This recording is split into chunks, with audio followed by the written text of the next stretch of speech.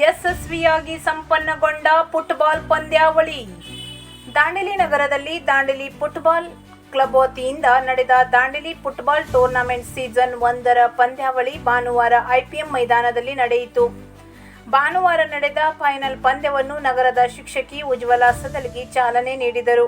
ಕಳೆದ 2 ದಿನಗಳಿಂದ ನಡೆದ ಫುಟ್ಬಾಲ್ ಪಂದ್ಯಾವಳಿ ಮೊದಲ ದಿನ 9 ತಂಡಗಳು ಕಣದಲ್ಲಿದ್ದು, ಭಾನುವಾರ 15 ತಂಡಗಳ ನಡುವೆ ರೋಚಕ ಹಣಾಹಣಿ ನಡೆಯಿತು.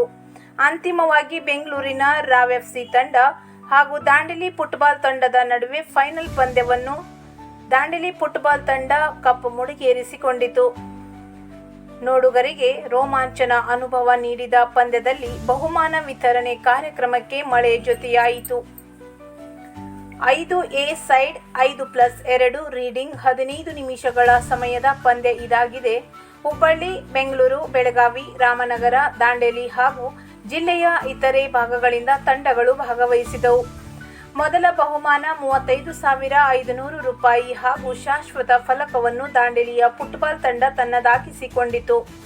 ಎರಡನೆಯ ಬಹುಮಾನ 20,000 ರೂಪಾಯಿ ಹಾಗೂ ಶಾಶ್ವತ ಫಲಕವನ್ನು ಬೆಂಗಳೂರಿನ ರಾವ್ ಎಫ್ಸಿ ಫುಟ್ಬಾಲ್ ತಂಡ ಪಡೆದುಕೊಂಡಿದೆ. ಬೆಸ್ಟ್ ಡಿಫೆಂಡರ್ ಆಗಿ ಸಮೀರ್, ಬೆಸ್ಟ್ ಪ್ಲೇಯರ್ ಆಗಿ ಮಾನಸ್ ಇವರುಗಳು ಶಾಶ್ವತ ಫಲಕ ಹಾಗೂ ನಗದು ಬಹುಮಾನ ಪಡೆದುಕೊಂಡಿದ್ದಾರೆ.